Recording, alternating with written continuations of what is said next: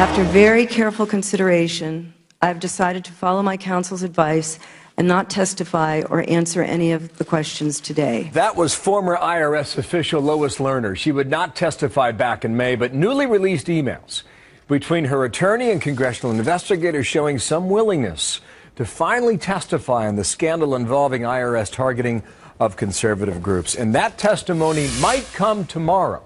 Congressman Trey Gowdy is on the Oversight Committee, and he's back with us here today on America's News. And we spoke yesterday afternoon on HQ, and welcome back here.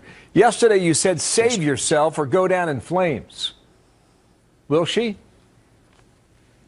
I think she is. As of this morning, I talked to the lawyers from Oversight. We expect her to come, and we expect her to testify. So if she wants her side of the story out, she's going to have to come tomorrow, and she's going to have to answer our questions. Right, but there seemed to be this back and forth as to whether or not it would be tomorrow or a week from tomorrow. As it stands now, based on your contact, when is it?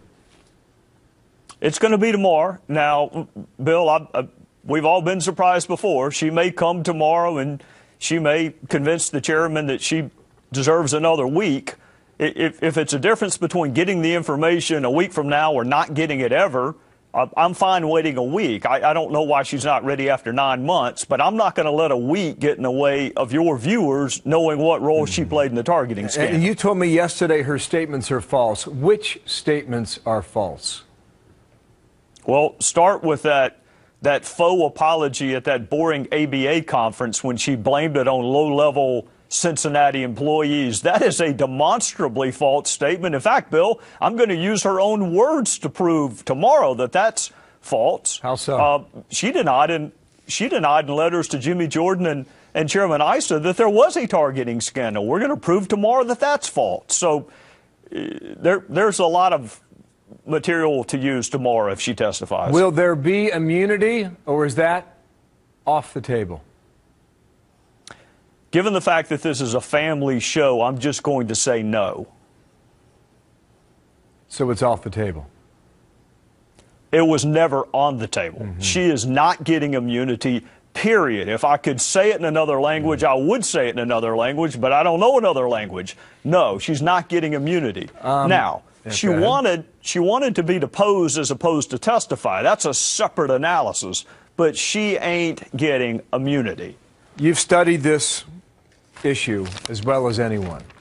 And if you were convinced that this did not start in the Cincinnati office, where did it come from, sir? Washington, D.C.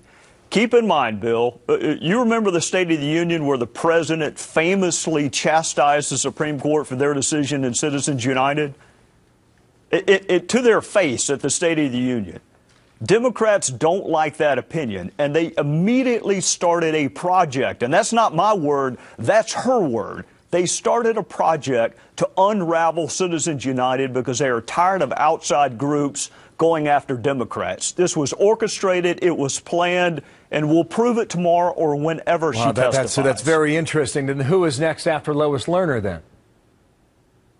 Well, we've been taking depositions, and depositions, frankly, are better calculated to get us evidence than hearings. 5 minutes is not long to unlock the mysteries of the world. So we've been doing depositions, and actually that's my preferred way to do it. So I think we're building a pretty good case, and I think you'll see that tomorrow or a week from tomorrow. All right, this was the exchange, one of the exchanges of the many that we have our hands on now between her attorney, William Taylor, and some of the congressional investigators that work on your committee. Quote, I can tell you that we can probably move forward if the committee agrees that her appearance at a deposition would satisfy any obligation she has or would have to provide information in connection with this investigation. For her to take the risk inherent in waiver of her Fifth Amendment privilege, she would need assurance she is resolving her issues with the committee. That is legalese. Put that in English.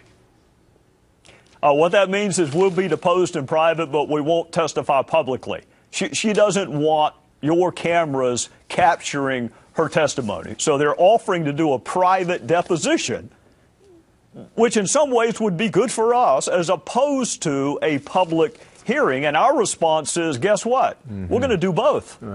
Two final questions, and they might be quick ones here. But do you believe now you are on the verge of finally getting not all the answers, but more of the answers you've been looking for 9 months? Yes, sir. You'll see a motive when she testifies that will explain to you why they did what they did. Mm-hmm. And it's either tomorrow or it's a week from tomorrow. Is that guaranteed? Nothing in life is guaranteed except our demise, Bill, but I am confident that we will get access to her tomorrow or a week from tomorrow. We will be in contact with her attorney and your committee as well, sir. We'll see which way it goes. Trey Gowdy, thank you. Spartanburg, South Carolina. Yes, sir. Thanks for coming back. Martha. All right.